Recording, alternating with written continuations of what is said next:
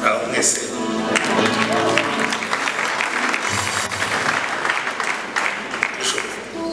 hano habaye iki ndashimira cyane ku bantu bangana bari cyane kuri ino minsi turimo kwitegura umunsi wa Pentekote. naje senga Imana cyane ngo umwuka amanutse agafata abantu bangana barya kabisa, cyaba ari ikintu gikomeye cyane. Haleluya. Reka rero nihutiye ubwo hari igitaramo nganira na Bishop naramubajije nise mushaka ko nzigisha ku kigiye muze kubaza pastori iyo ngiye kwigisha ahantu hari ibintu njya nanga hari abantu bakubwira ko umwuka azakuyobore ahubwo noya jewe kuva Imana yaraguteruye kugira umuyobozi w'itorero ubwo niwo umwuka azajya abwira ibyo ukora hanyuma jewe umugaragu wawenze muri byo wambwiye uko buriya hari igihe umuntu akubwira ngo umwuka yambwiye kunze vuga ibyo kandi kose uko atajya bivuga ariko hariho n'igihe umuntu aba yagize ubunebwe bwo gutegura akitegurira ibyo akunda akaba ari byo yigisha abantu kuko ari byo akunda. Ariko ibyo Bishop yampaye kwigisha yarambwiye muzigishe kuri promise, yabyanditse mu Cyongereza, promise of the Holy Spirit, isezerano ry'umwuka wera. Haleluya. Ndagira ngo tubanze dusome ijambo ry'Imana kuko iyo umuntu ashaka kwigisha neza nanone niho ahera, kuko iyo utangiye uvuga rimwe na rimwe wibagirwa gukora ibintu uko wagombaga kubikora. Turasoma muri Yoweri, abafite izi Bibiliya z'Ikinyarwanda zijya zitandukana n'iz'Icyongereza.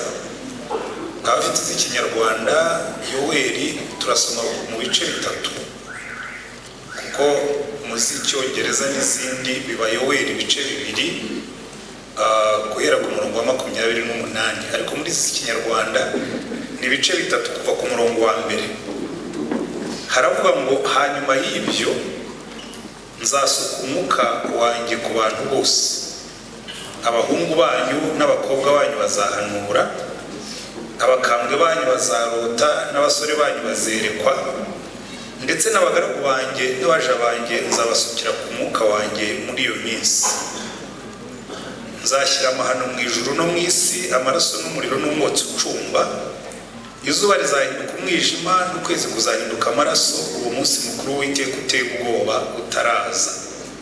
Kandi umuntu wese uzambaza izina ry'Uwiteka azakizwa, kuko i Siyoni n'i Yerusalemu hazaba abarokotse nk'uko Uwiteka bivuze, kandi mu barokotse hazabamo abo Uwiteka ahamagara. Haleluya. Iri ni isezerano ry'umwuka wera, ariko reka dusoma andi magambo. Nabwiye ko nyasoma nk'uko Bishop yampaye kandi niyo ndibwigishaho. Yohana, ubutumwa bwiza bwa Yohana ibice 14, turava ku murongo wa 15. Aravuga ngo nimunkunda muzitondera amategeko yanjye, nanjye nzasaba Data nawe azabaha undi mufasha wo kubana namwe ibihe byose, niwe mwuka w'ukuri. Ntibishoboka ko ab'isi bamuhabwa kuko batamurora kandi batamuzi, ariko mwebweho muramuzi kuko abana namwe kandi azaba muri mwe. Sinzabasiga nk'imfubyi ahubwo nzaza aho muri. Reka ngarukiriza. Haleluya. Ndagira ngo murebe muri ibi bice byose twasomye, ikintu cya mbere nshaka kuvugaho ni uko umwuka wera niwe, nabuze ijambo nshobora gukoresha mu Kinyarwanda nararibuze, uzaribona azarimubwira. Niwe persone. Wihinduye mu Kinyarwanda ngo niwe muntu, ariko persone si umuntu, kuko umwuka wera ntabwo ari ikintu. Umwuka wera ntabwo ari imbaraga. Abantu benshi bavuga umwuka wera bamwitiranya n'imbaraga atanga, ndetse ni nacyo gituma abantu benshi iyo bavuga ibintu by'umwuka wera bakunze kwibanda cyane ku mpano ze kuruta uko bibanda kuri we ubwe. Haleluya. Abakristo benshi iyo bavuga ibijyanye n'umwuka wera bakunze kwibanda cyane ku mbaraga z'umwuka n'ubutware bw'umwuka n'ibitangaza by'umwuka, ariko ntabwo ari kenshi bibanda kuri we ubwe. Reka mbakoreshe ikigereranyo kibafasha kubyumva uko abakristo bafata umwuka wera. nk'uko abakobwa bamwe na bamwe muri uyu mujyi bafata abahungu. Hari abakobwa bakora research ku muhungu bakabanza bakamenya ikofi ye uko ingana, bakamenya niba afite inzu cyangwa afite imodoka, mbese bakabanza bakamenya ibyo afite akaba ari byo bakunda aho gukunda nyirabyo. N'abakristo benshi ku mwuka wera bakunda impano z'umwuka, bakunda ibitangaza by'umwuka, ariko ntabwo ujya uvuga ngo ngewe nezezwa n'umwuka wera as a person. N'Imana burya kenshi yabwiye abantu ngo mujye gushaka mu maso hanjye. Umwanditsi wa Zaburi yaravuze ngo umwana waravuze ngo dushake mu maso hawe, ngo none mu maso hawe ndahashaka. Ariko abantu benshi bashaka ibiganza byabo, bashaka ibyitanga, bashaka ubukire, bashaka imodoka, bashaka ibintu, ariko gushaka Imana ubwo yuko ngo Mana ndaje guhicara imbere ngo unezererwe, ngo biruhande ngo ujyemo. Zari abantu benshi bagiye gusenga basengera ibintu. Jewe bimwe mu bintu bijya binezeza ni iminsi nyafata ntacyo ngiye gusaba, abwira Imana ngo uyu munsi nje kwicara imbere yawe byumve ko ntacyo ndimo kugusaba, ndaje gusa ngo nezererwe kuri wo, nanjye mbe muri presence yawe. Kandi niba hari ibihe nungukiyemo nagukiyemo naboneyemo byinshi, ni ibihe nagiye gushaka Imana ntagiye gushaka igitanga. Kuko uragenda ukicara ukanezererwa, Imana ikakunezererwa. Wajya guhaguruka, kera najyaga njya kwa nyogokuru, najya kuvayo akamubwira ngo umwana wawe nta mwana uva ku mubyeyi ngo agende ntacyo amuhaye akagupfumbatiza ikintu. Hari igihe ugenda ukanezererwa Imana gusa ikavuga ngo kuva waje hano ntusabe ibintu, ukansaba kureba mu maso hanjye, ukansaba kubana nanjye gusa, reka nanjye ngupfumbatize ikintu gisohoka. Urero n'umwuka wera nkunda n'amagambo Yesu yakoresheje avuga umwuka wera nawe ze kwigisha kare, mbabwira ni buriya ijambo Imana yakoresheje iha Adamu umugore niryo yakoresheje iha abigishwa umwuka. Imana yaravuze ngo ntibikwiriye ko uyu muntu aba, ngo si byiza ko uyu muntu aba wenyine, reka tumuremere umufasha umukwiriye. Hano Yesu aravuga ngo nanjye nzaboherereza umufasha. Kandi nimwitegereza neza muri Bibiliya uzasanga n'umwuka wera agira amasantima, arababara, arashavura, ariko ibyo sibyo ndimo kwigisha uyu munsi. Ndimo kwigisha ku isezerano ry'umwuka wera. Haleluya. Nimwitegereza muri Bibiliya bizanye uko twamaze gusoma, muzabibona neza yuko iteka ryose Imana igenda itera abantu mwete wo kugira ngo bashake umwuka, bashake umwuka, be gushaka ibyo umwuka atanga, ahubwo bashaka umwuka wubwe, bakunda umwuka. Pawulo yabyanditse neza aravuga ngo urukundo, ngo ubuntu bw'Umwami wacu Yesu Kristo n'urukundo rw'umwuka we, n'urukundo rw'Imana Data, ariko no gufashwa n'umwuka we. Iyo translation ntabwo iri correct. Mu Gifaransa baravuga ngo et la communion avec le Saint-Esprit.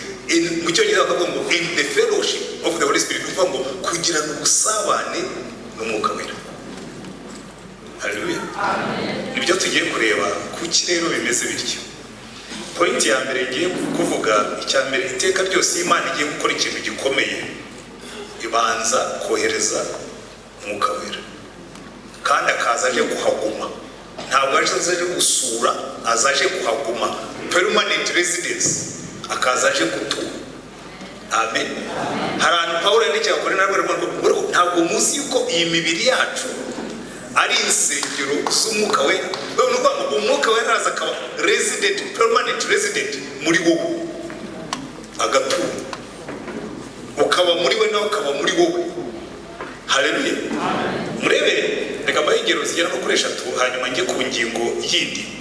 Nababwiye ngo iteka ryose Imana igiye gukora ikintu gihambaye ibanza kohereza umwuka wera. Ubwa mbere Imana irema isi, Bibiliya yatubwira ngo isi ntiyari ifite isura, ngo ntiyari ifite ishusho, ngo ndetse ngo yari iriho umwijima, ngo hariho n'ikintu cy'amazi. Mu yandi magambo hari hakonje, hari hijimye, hasaga nabi. Hanyuma ariko bakongeraho ijambo rikurikiraho ngo ariko umwuka w'Uwiteka yagendagendaga hejuru y'amazi. Abuze mu Bibiliya ariko kubera ko nicyo kintu cyazanye impinduka. Njya ntekereza umwuka abundikiye iki kinini cyitwa isi. Nkunda gukoresha icyo kigereranyo. Murabizi inkoko iragenda igatera amagi, ugiye ukamena igi usanga mu igi imbere nta kintu kiba kirimo uretse amazi y'umuhondo n'andi y'ururenda ari ekolo, sibyo? Ariko inkoko iragenda ikicara hejuru y'iryo gi ririmo amazi gusa, ikicaramo ikajya mu minsi 21 ukabona muri rya gi ryari ryuzuye amazi. Haleluya! Hasohotsemo umwana w'inkoko ufite amababa, ufite umunwa, ufite amagufwa, ufite amara, ufite n'igifu bitari muri amazi ubundi utabona. Byavuye hehe? Umwuka wera igihe ya nkoko yari imunikiye ryagi hari ubuzima bwari burimo kujyamo. Igihe umwuka yarabunikiye isi hari ubuzima bwari burimo kujyamo. Haleluya! Icyo ni cyo umwuka wera akora. Nyamwira nubona ubuzima bwishimye, ukabona itorero rikonje, ukabona urugo rutagira gahunda, jya usenga mugire permanence y'umwuka wera. Kuko umwuka wera naza ikitari gifite isura, ikitari gifite icyerekezo, ikitari gifite uburyo kirahinduka. Haleluya! Kandi ikindi cya kabiri gituma iteka ryose Bibiliya insista ku mwuka wera, burya ikintu Imana yakuye mu isi mbere y'uko isi irimbuka yahakuye umwuka wera. Kuko nimusoma mu gice cya 6 cy'itangiriro Imana yavuga ngo aba bantu ku murongo wa 3 ngo imitekerereze yabo ihora ari mibi, ngo umwuka wanjye ntazahora akirana n'aba bantu. Akamuhamagara akavuga ati Holy Spirit come back, baveho bariki. Icyo gihe umwuka wera avuyeho isi ihinduka kahinda. Niyo mpamvu Dawidi amaze gukora icyaha yasenze Imana ngo Imana umbabarire umpanishe ibindi bihano byose. Muze kureba Zaburi ya 51 umurongo wa 12, umpanishe ibindi bihano byose ariko umbabarire ntumure umwuka wawe.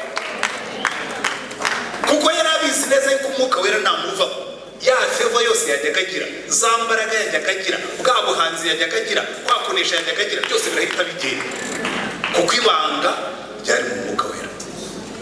Haleluya!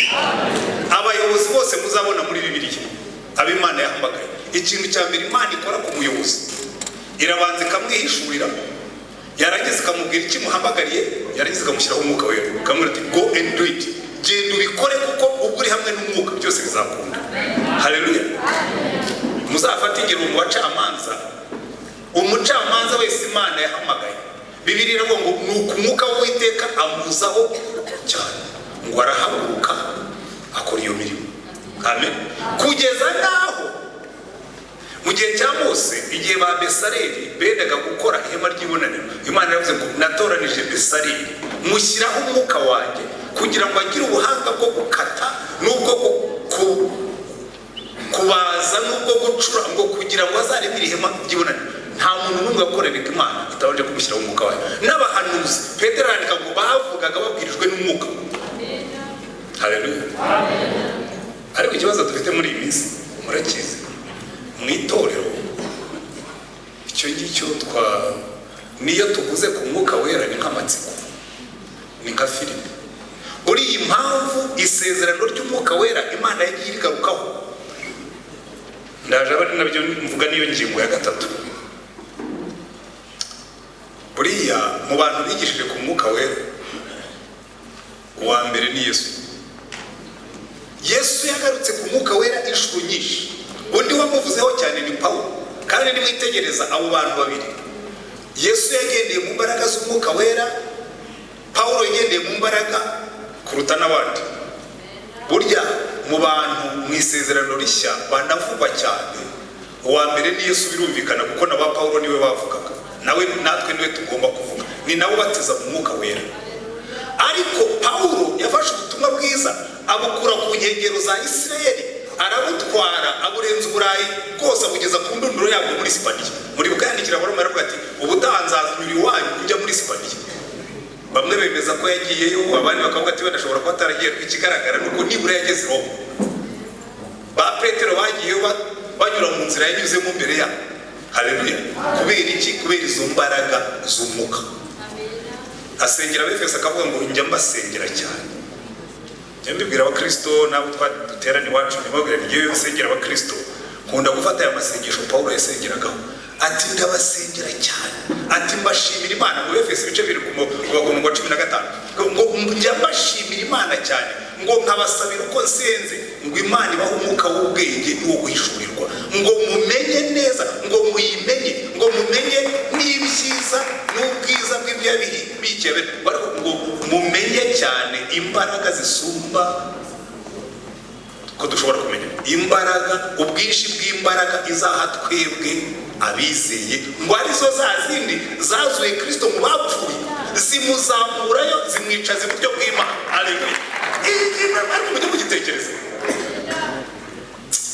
niba mwabyo nanjye ndabasengera ngo Imana ibaho uwo mwuka w'ubwenge no guhishurirwa kuko umunsi abakristo bazabyumva bakamenya ubwinshi bw'izo mbaraga zakoreye muri Kristo ubwo yamuzuraga mu bapfuye. Ariko murabyumva yamanutse atya agera ikuzimu habaho zimuzamurayo babona ararenze yicara iburyo bw'Imana data. Imana ikavuga ngo izo mbaraga izo zikorera muri twebwe abizeye. Haleluya. Ariko ikibazo kirimo murakizi abakristo benshi bakunda kubyumva gusa bakagarukiraho. Hari umugabo muri babandi bita abafinambiriste ni abantu bagenda ku tugozi dutendetse nko hejuru kuri kiriya gisenge akazamukayo bafite ahantu kuri rentariya hirya bakamubona agenda kuri ako kagozi n'agatsinga kagendaho gutya akagera hakurya kongera agahindukira agakata. Uwo mufinambiriste rero ngo yimpressionaga abantu akagenda kuri ako kagozi akirukankaho akagenda yagera hirya akirukankaho akagaruka hanyuma agiye kurangiza ashyiraho ingorofani arayicunga kuri ako gatsinga kuri ako kawaya arayicunga yigeza hakurya arahindukira arongera arayicunga abwira abantu ati muremera ko nshobora gucunga ino ngorofani kuri aka kawaya bati twabibonye ubikora muremera ko nshobora gushyiramo n'umuntu nkamucunga bati cyane ntihagira umukandida umwe uza hanyuma mucunge mu batoya twebwe turabyemera ko ushobora kumucunga ariko ntabwo byobuya. Abantu benshi ibintu by'umwuka bicara bakora akazi ko kubitangana ngo abantu bari mu mwuka ngo barakora ngo babaze washobora kuba wowe kuko mu isezerano twabonye Imana yatanze muri we yaravuze ngo mu minsi ya nyuma nzasuka umwuka wanjye ku bantu bose barimo nawe nanjye. Haleluya.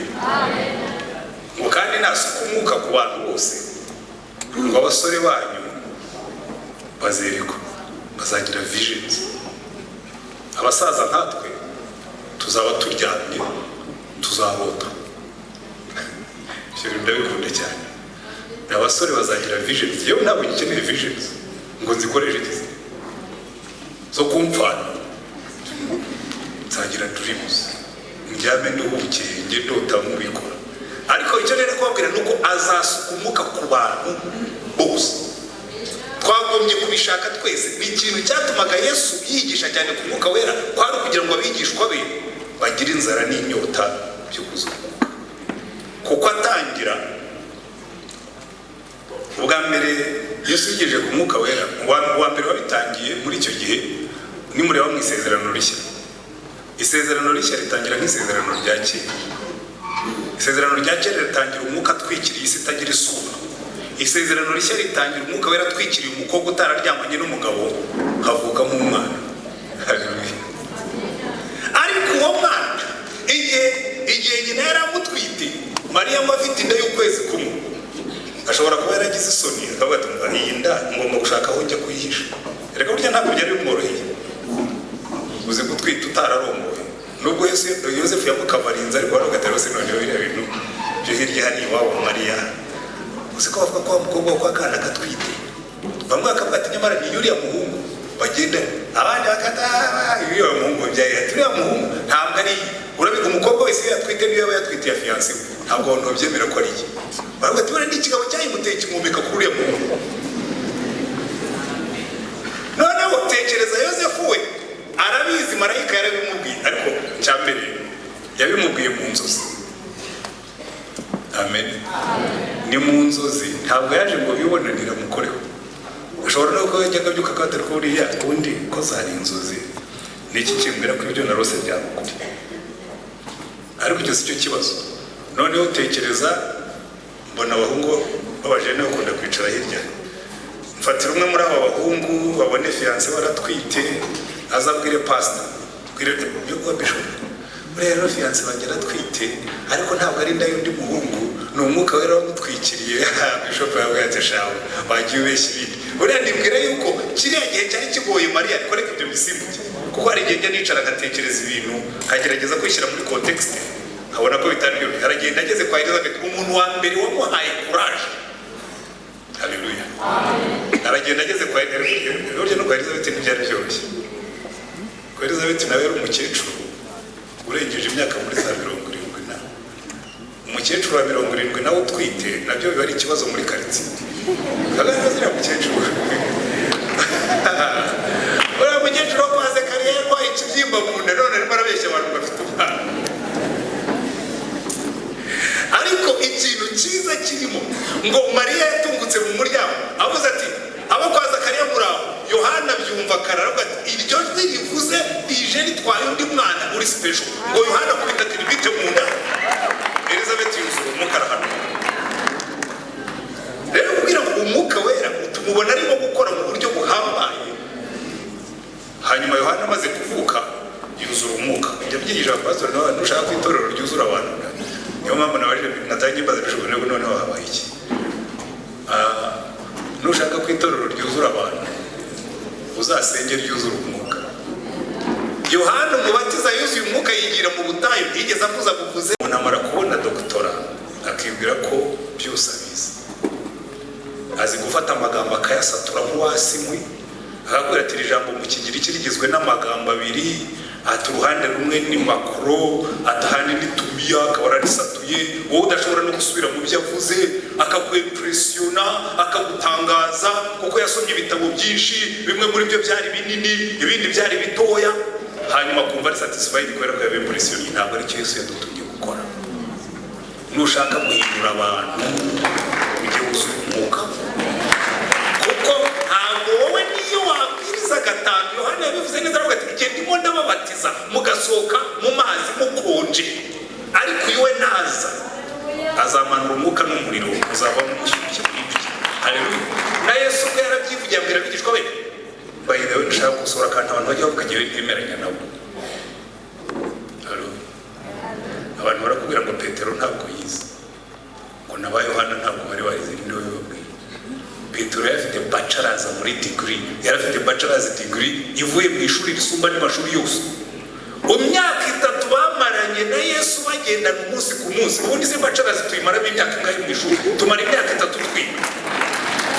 Muzanshakira ishuri mwizemo professor akakwigisha ukuntu umuntu agenda ku mazi mwirutse twebwe twagiye kwiga muri piase cyangwa twize muri acte cyangwa muri ACC professor araza twigisha uko bagenda ku mazi. Petero yarabyize we yagenze ku mazi muzambwira iryo shuri aho mwabyize twebwe ngo Petero ntabwo yize ngo yari umuswa aho yavuye ni ukuroba amafi nanjye navuye mu baragirika twese dufite aho twavuye bamwe mwavuye mu mibande y'imisozi abandi bavuye mu nkengero zayo buri muntu wese agira aho ba Petero bavuye mu mafi ariko bajya mu ishuri rya theology bigishwa n'umwarimu usumba abandi bari bose bigishwa n'umwarimu usumbuka arabasengera gusumbuka arangije anabakorera division iminsi 40 ngo basubiramo kuva kuri bose na Zaburi n'abahanuzi bose ngo abigisha ibyanditswe byera byose arabanza agenzura ko babyumvise arababwira ati ibintu byo nababwiraga izi nizo nyigisho muzigisha kandi zose mujye kubwira abantu ko muri giyewe ariko abantu bazabonera agakiza. Ngo Petero ntiyize yewe nyavuga nawe yo mara navutse mu gihe cye nkigira ku mwigisha usumba bigisha n'umwerera ko buri gihe uzi ko bajyaga biga bakirukana umudayimoni yabananira ukabura terko kuki twamwirukanye bikatunanira ni bangahe batunaniye mu madayimoni ari hanze amadayimoni yaratunaniye ariko ntidufite uwo tubaza. Uzi impamvu kubera ko tumeze nk'imfubyi badusigiye umufasha kuko hariya mu magambo twasomye Yesu yarabwiye ngo uyu nguyu naza. Haleluya. Ngo nzaboherereza umufasha wo kubana namwe ibihe byose niwe mwuka. Uyu nguyu ngo azabigisha ngo ndetse azazaho muri agumane namwe ariko ntabwo tujya tumubaza ibintu biradushobera mu itorero byaba byanze tukajya muri RGB tukabikemura nka RGB. Ariko wese yadusigiye twagombaga kugisha inama tumushyira ku ruhande, tukajya gushaka abafite PhD muri administration, tukajya gushaka aba consultant bafite doctora muri missiology muri ubundi Imana yari yarabikoze iravuga ngo ntabwo nzabasiga nk'imfubyi, dore uwo muzajya mubaza nibibananira. Abigishwa ba Yesu bize mu ishuri aho byabananiraga bakamubaza ati tubigenze ati bene uyu mudayimoni ntakorwamo n'ikindi uretse kwiriza ubusa no gusenga. Haleluya. Petero abona Yesu agenda ku mazi aravuga ati rwose birashoboka ko umuntu agenda ku mazi, nanjye ngende. Ati tera intambwe mwere, kubisa intambwe ku mazi aratambutse, birakunda kuko bari kumwe n'umwigisha usumba abigisha. Ariko aragira avuga ati ikibizabagirira umumaro nuko ngenda, uyu nguyu ukoresha ibi ngibi nkamubaha namwe agakorera muri mwebwe. Haleluya. Kuko muri kiriya gice kikibanziriza ngo nukuri ndabwira yuko unyizera imirimo nkora nawe azayikora, ndetse azakora niyiruta kuko njya kwa Data. Kandi icyo muzasaba cyose mu izina ryanjye nzagikorera kugira ngo Data yubahirizwe mu mwana we. Nimugira icyo musaba cyose mu izina ryanjye nzagikora. Haleluya. Reka nihute kuko hari igitaramo ntaza kukibangamira. Wowe muhungu nta gahunda afite yo gutinda kuko ibyo nateguye niko bingana iyo birangendekera. Urumva Yesu duhayisezerana tubwira ngo uko mwabonye nkora ibyo mwabonye nkora bigakunda namwe muzabikora. Tuzwa n'iki? Murabizi ngiye kukibabwira. Hari umunsi nafashe amasengesho y'icyumweru, ndagenda mbwira Imana ngo rero Mana uyu munsi njeje kandi ndava hano wakoze ikintu muri njye, ndambiwe ivugabutumwa ry'umukonje, ndambiwe ivugabutumwa mbwiriza abasazi buzuye imbere y'urusengero, indaya zuzuye muri quartier, hagira ikintu gikoreka. Ugomba kumpa imbaraga nasohoka hano na Satani akabimenya ko zaje. Namaze gusenga Imana yambwira ngo ke icyo cy'ubukirinzi ntacyo zavuga, ntacyo ndibuguhe, kandi yampaye igisobanuro nsanga ari cyo. Imana irambwira ngo izi mbaraga usabye nziguhaye. Inamba 1 nabaguciriyeho iteka ry'urupfu. Ngwaye imbaraga nk'izo Yesu yari afite zizura abarazaho n'abandi, zivuga ijambo umuntu agakira utagombye no kujyayo, nazongera kukubona. Ndabitegereza n'abantu uzi ko byaba bitoroshye. Urambona rero mpagaze hano nubwo muri benshi, nabona use nabona nagiye muri Amerika gusengera umuntu urwaye kansa, aho ndi buve banteye akantu. Babonye ko abakozi b'Imana benshi iyo twabonye imbaraga twongeramo na business. Barambwira ati izi mbaraga nziguhaye ntabwo wajya uzigurisha. Ndabitekereza ndavuga ni simbizi kuko nanjye sinizi neza. Ntabwo reka mubwire burya ntabwo uramenya icyo wakora baziguhaye kuko ntibigeze uzigira. Abantu benshi barakwita ngo ngewe nshaka kofi rero munabona agira gute bazakuzamureho gatoya tuzakubona. Hari abantu nzi benshi bacaga bugufi babahaye agatayitoro gato yiswe bishop, wajya no kumusuhuza kandi uwo bishop nta nubwo arazura n'inkoko. Ngaho tekereza rero mvuga ijambo urimo abapfuye bakazuka, nanjye sinajya nikoraho. Imana irambwira ngo uranyizeza ko izi mbaraga nziguhaye utazonona.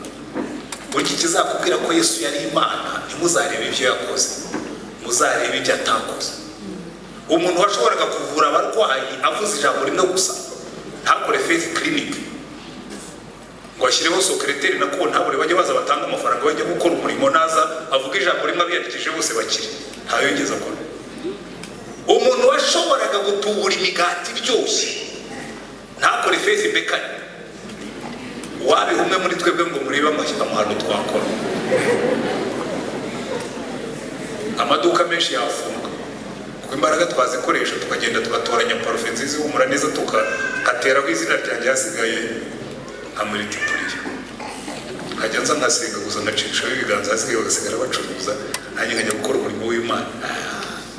Niba mbeshya muzagenzure muzabona ibyo Imana yambwiraga, ariko yarabimbwiye ndabisobanukirwa. Irambwira ngo kandi n'ibyo utabikora ntabamuciriyeho urubanza rwo gupfa mu mubiri, ngo uzi ko burya na Yesu yajyaga ahunga abantu kubera imbaraga zamubagaho, barazaga bakamwikubitaho. Imana irambwira ngo ntabwo wazongera gusinzira ndamutse nziguhaye, nta nubwo wazongera kurya, nta nubwo wazongera kuruhuka. Mu cyumweru kimwe baba bakujyanye i Rusororo. Abana bavuze ko ari byo.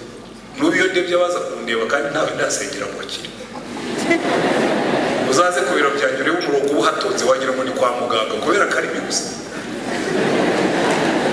Noneho ngeraho Imana ishyizemo n'igitangaza.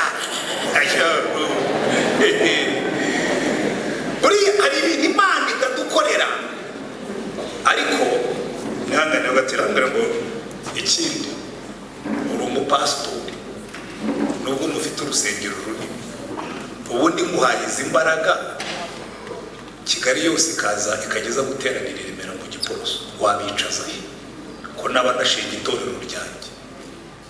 Usanga nibyo si byo se? Abantu ngo bishop kugira ngo abantu buzemo bose n'abana sinzi cyabazanye kirahari ariko ndagikeka.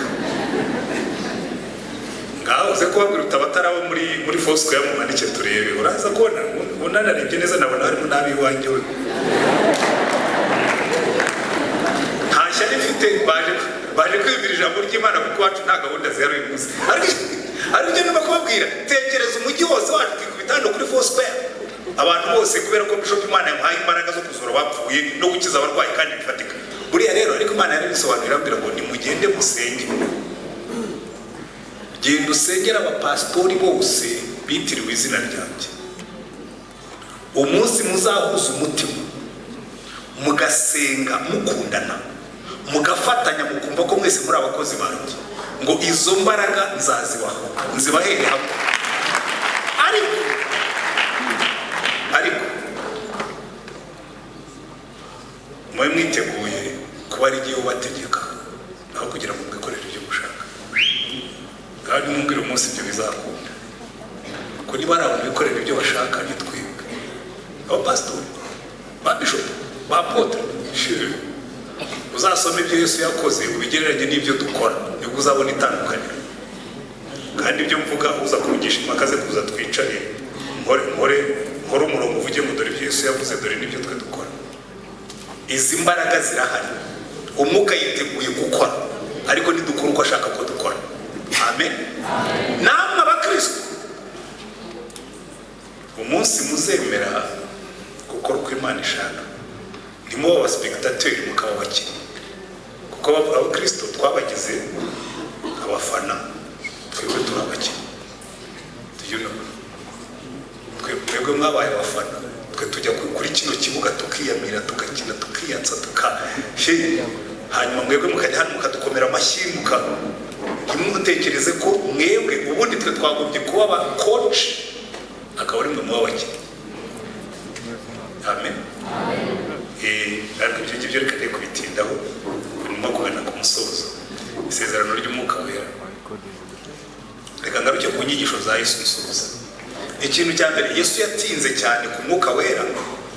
Muri Yohana ibice 7 umurongo wa 37 n'uwa 39 ngo yari yagiye mu munsi mukuru, abantu bateranye Abayisirayeli ku munsi mukuru w'ingando, abagabo bose byari itegeko bagombaga kuzamuka bakava mu mpande zose za Isirayeli bakajya i Yerusalemu bakagandika iminsi 8. Ari mu munezero arazamuka, ndetse yazamutse yihishe kubera izo mpamvu nyine nababwiye.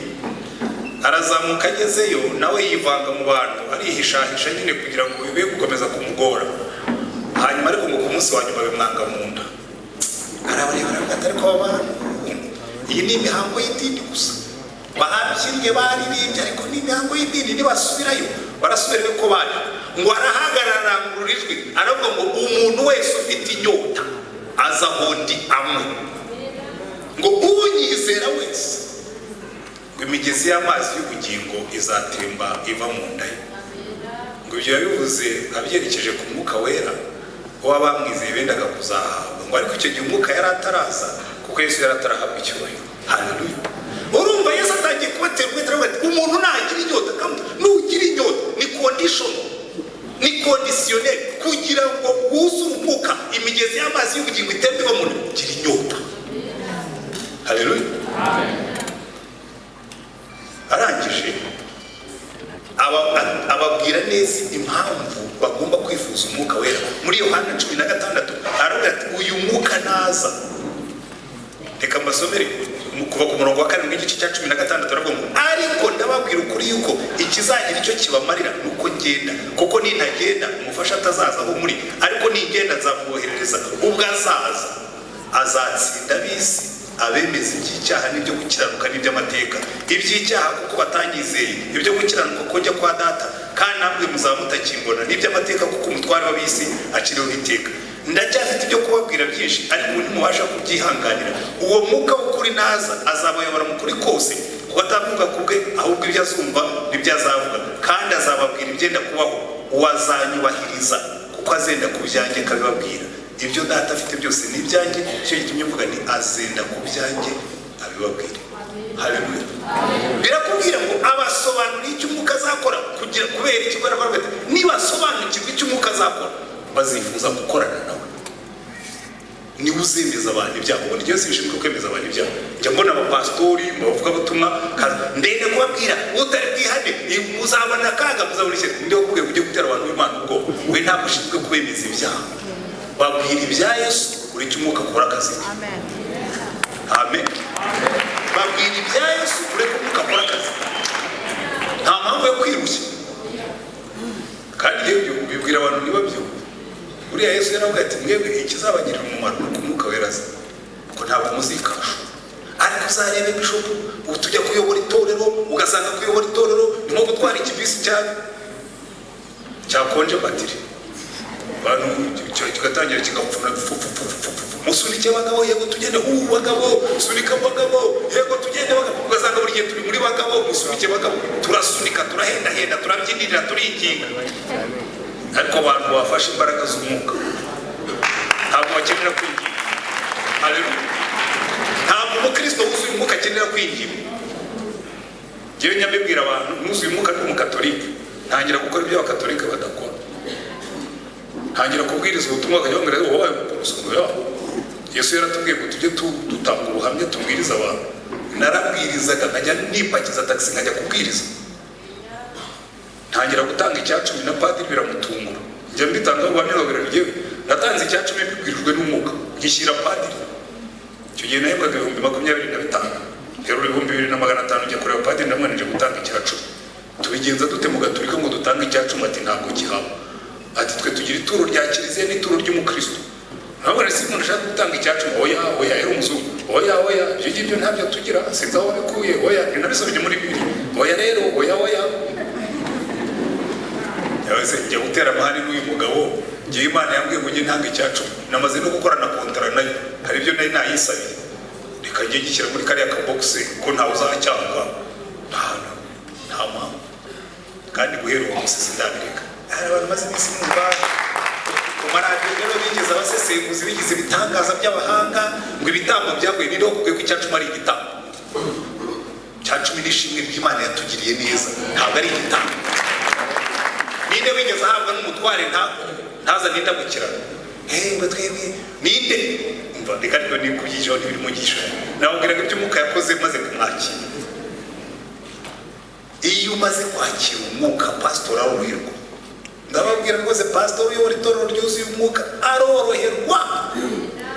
Ariko iyo uyoboye itorero ritari mu mwuka uruhatiriza, usunika, wenda yego bagabo tugende, muze bagabo, hakurya tugende bagore, yego basore. Passage kandagira. Ariko umwuka yaje abantu baribwiriza kuko wumva bitogota muri wowe, impano zawe ziratogota. Ukazabwira pastori, utuvugo pastori, ndashaka kubwiriza. Yewe nabwe mu gaturika kimwe mu bibazo nari mfite ni byatogotaga muri iki. Kabwira padiri ko wagiye ugize ikanzu, ndeba bari abantu babicaye imbere yawe numva nababwiriza. Oya hari imbere hahagarara warowanuwe wasizwe amavuta. Oya nawe ariko zipati wazandije ikanzu rimwe ntanyegageza mu mboko. Oya niba ushaka kunyegageza ngende ujye mu aporoso. Nawe ngabigize neza ndagiye. Natumukiye muri Amerikani niho madamu yanjyanye. Umugore wanjye hari abagabo ngo badahindurira abagore, ngewe wanjye niwe nahindukiriye. Ndagenda njya muri Amerikani nsanga yo pastori hari hepfo mu giporoso. Buriya niho natangiye. Ndaza ndabwira pastori ko ukunda gukora umurimo w'Imana. Atukunda ikintu nkunda gusenga.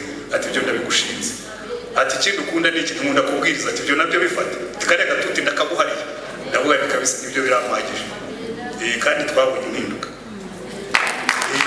kuko iyo wuzuye umwuka ntabwo baguhenda iyo wuzuye umwuka uribwiriza iyo wuzuye umwuka urahaguruka imana iri kumusinzira wumva bitogota muri wowe kuko iyo umuriro waje umuriro uragushyushya ukajya wumva bitogota ukumva urashaka gukora ukumva urashaka kuvuga ukumva urashaka gusenga ukumva urashaka kuririmba kuko wuzuye umwuka muri icyatumaga Yesu abitinda we rero ati ikizabahindurira ibintu uko mwuzuye umwuka haleluya hanyuma arangije agiye gusubira mu ijuru ngo arabanza abasobanurira byose abigisha teoloji abaha samari ya teoloji yose bakora post graduate burya ni mvuga amasomo bize nyuma yo kuzuka kwa Yesu hari amasomo magufi tujya duha abanyeshuri bize bagakora icyo bita muri post graduate abakorera ka post graduate mu minsi 40 rero ugiye kwicara n'umwarimu w'umuhanga mu minsi 40 ushobora kwiga ibyo abandi bize mu myaka 10 abakorera ka post grad arabwira ati ariko mwitonde ibi nabigishije n'ubwenge bwo mu mutwe mugume hali Yerusalemu murindira ibyo data yasezeranije bya bindi Yoweri yavuze siko Petero yavuze ati ibi ni bya bindi data yasezeranije murindire muzahabwa imbaraga mukabera nabazaho haleluya arigende ntabwo Yesu yigeze avuga ku mpano z'umwuka mwarabibonye nta kindi yavuze ku mwuka yavuze ku mwuka w'ubwe kuko yashakaga ko abigishwa be bifuza umwuka wo kwifuza impano ze yifushaka ko bifuza umwuka wo kwifuza icyo tumukuramo aravuga ati mwebwe murindire mu bicari Yerusalemu bategereje yuko umufasha witwa umwuka azaza haleluya hanyuma ku munsi wa Pentekote umwuka aramanuka ndawukunda uriya munsi ngo bari bicaye mu cyumba cy'ejuru barimo kwisengera bahuje umutima ngo umwuka aramanuka ngo haza ikintu kimeze nk'umuriri ngo haza ikintu kimeze nk'ikirimi cy'umuriro ngo kigabanyamo ururimi rw'umwuka rujya kuri buri muntu hanyuma ururimi rwa buri muntu narwo ruragobodoka rutangira kuvuga mu zindi ndimi nshya barasohoka Yerusalemu mu munsi w'ibihumbi 3 birakizwa haleluya ariko mwaritse tugasenga ibintu nk'ibyo bikazongera bikaba mana wongera unyeganyeze ishuri usuka umwuka tubone ibitangaza bikoreka uzi impamvu Yesu yigishaga biriya byose ndarangije yagira ngo tugire inzara n'inyota byo kuzura umwuka ndasenga Imana y'umugoroba ngo we kwibuka ziriya nyigisho n'ingero natanze utahana iki kintu kimwe gusa ngo Mana ntahanye inzara n'inyota byo kuzura umwuka nyuzuza umwuka kubera ko amagambo nagirije hari muri Luka igice cya 11 kuva ku murongo w'9 Yesu yaravuze ngo musabe muzahabwa mushake muzabona mukomange muzakingurirwa ariko ngo ninde muri mwebwe haleluya ngo umwana we yamusaba umugati akamuha ibuye yamusaba ifi akamuha inzoka yamusaba igi akamuha akaryanisha murizo cyangwa scorpion ngo none se ko muri babi mukaba muzi guha abana banyu byiza so wo mwijuru we ntazaba umwuka wera abamusa haleluya kuko iyo tugize inzara iyo tugize inyota tujya we Yesu twamwira ngo mwami Yesu dore igihe uko nuzuye umwuka ndangirije nasomye igitabo cy'umuntu witwa Tore nari nkimara gukizwa rumana n'umugatolika cyitwa komama nereza ma Kristo ngo azana utabana kuri Yesu aravuga atari ibintu bitanu ugomba kuzuza aravuga ati cyambere ugomba kuba warahuye na Yesu ubwe ndavuga ntowe naramubonye ugomba kuba uri umuntu ukunda ijambo ry'Imana nakijijwe maze kurisoma 3 kandi nihaye intego yo kurirangiza buri mwaka ugomba kuba umuntu ukunda gusenga kuko niwo murongo wawe wo kuvugana n'Imana nibyo byo nsanzwe mbikora ugomba kuba ukunda abanyabyaha nige nifuza ko bakizwa cyane ugomba kuba wuzuye umwuka ndabona ntabwo iki ngiki ntabwo nyumva neza ariko angirira neza aravuga ngo kandi muri ibi byose uko ari bine icyoroshye kuruta ibindi ni iki ngiki ngo kuko niba ushaka gukorera Yesu ngo genda umwegere umubwire uti mwami Yesu ndashaka kugukorera nyuzuza umwuka muhesha icyubahiro haleluya nicaye munsi y'igiti ndasenga arantu nakundaga gusengera hari akantu k'agashyamba inyuma yaho nari ntuye ndicara ndasenga ngiye kumva numva ibintu byahindutse ngo nagiye kuvuga ibintu ntazi ndabaganye nuko abantu basara rero ngo ibisazi byafashe biraje ndahaguruka ndekeraho ndagenda nasubiraho mu rugo ngosora amakaye y'abanyeshuri nari mfite ariko nkumva mu bwonko meze neza ngo ndi fresh kabisa natangira kumbura umuntu wanajya gusenga nkumva biti bla bla bla bla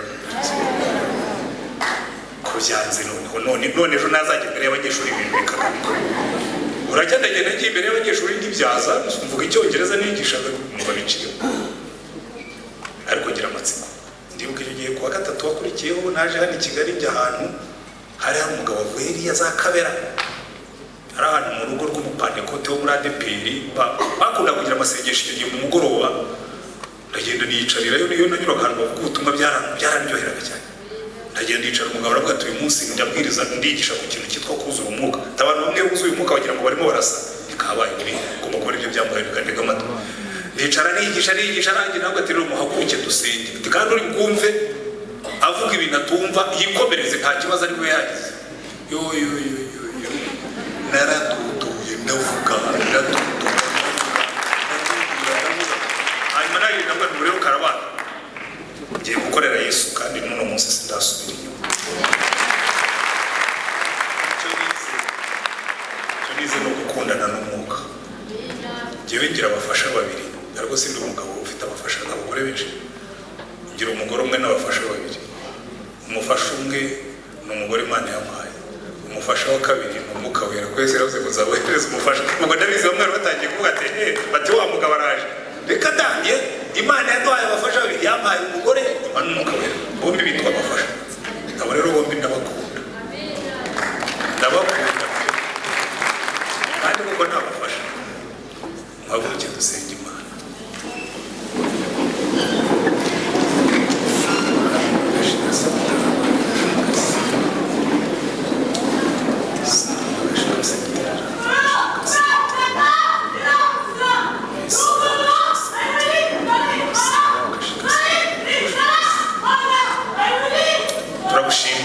reka dusenge Imana kandi buri muntu wese niyisengere niyo waba waruzuye umwuka kera ntabwo umuntu yuzura umwuka ngo bibe birangiye umugore wanjye twatangiye kuvugana tukiri abafiyanse ariko ubu ngubu ahubwo mbura umwanya wo kumuvugisha kuko uko tumarana igihe ibyo kumubwira biba byinshi kurutaho n'umwuka wera uko ndushaho kugendana nawe hari igihe nicara ku mwuka wera wareka ndakubwira ukuntu nezererwa uru rugendo twagiranye nkagushimira kuko abantu baraza bakagushimira pastor wigije turafashwa nanjye nkagira umwuka wera ujye wihangana ukora umurimo barangiza bakabigitirira nabwiye abantu nasuraga mu mesejije muri Amerika pastor turagukunda n'ubu ninjira ari umwana wangu ati pastor turagukunda nshaka kubwira nshaka uriya ni umwuka mukunda ntabwo ari igihe usebera muri muze amadayimoni mwamunda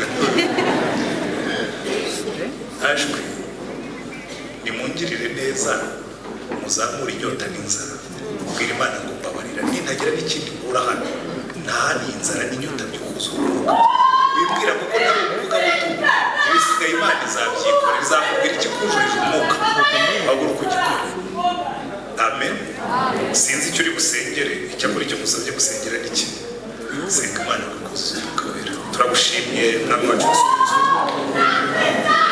umugaragu wawe Yohana yaravuze ngo baratubatirisha amazi ngo ariko we uzabatirisha umwuka wera ndasengera umuntu wese uri muri iki cyumba reka imbaraga zawe zimanukira aha hantu mwami turasenze ukuboko kwawe gukomeye ucushumure ukingure ijuru uko wabikoze kuri munsi wa Pentekote ureke aba bantu bose bicaye hano imbaraga z'umwuka wera zimanukira aha hantu zigendagende hagati muri twebwe abavuga mu ndimi bazivugemo abahanura bazahanure ababwiriza ubutumwa babika imbaraga abigisha bongerera ubushobozi Mana turasenze ngo muri iyi minsi turimo uhembure umurimo wawe suka umwuka wera niwe twakugira ngo uzajye ukorana natwe niwe twakugira ngo uzajye utura muri twebwe niwe twakugira ngo uzajye ukora umurimo turakwinginga turagusaba umanukira aha hantu reka imbaraga zawe zigarukire muri iri teraniro reka imbaraga zawe zigaragare kuri buri muntu reka imbaraga zawe Mana ziza aha hantu kandi icyubahiro cyawe tukibone tubwirize ubutumwa abantu bakizwe nitwigisha abantu bahinduke nidusenga ibintu bihinduke nidusaba imbaraga zimanuke nidusengera abarwayi bakire kuko ukuboko kwawe gukomeye gukora ibitangaza n'ibimenyetso hagati muri twe Mana. Umva gusenga dusengeye aha hantu. Icyifuzo cy'iki cyumweru, manura imbaraga zawe, manura umuriro wawe, uhembure umurimo wawe, uhembure itorero kandi unezeze ubwoko bwawe. Mu izina rya Mwami wacu Yesu Kristo.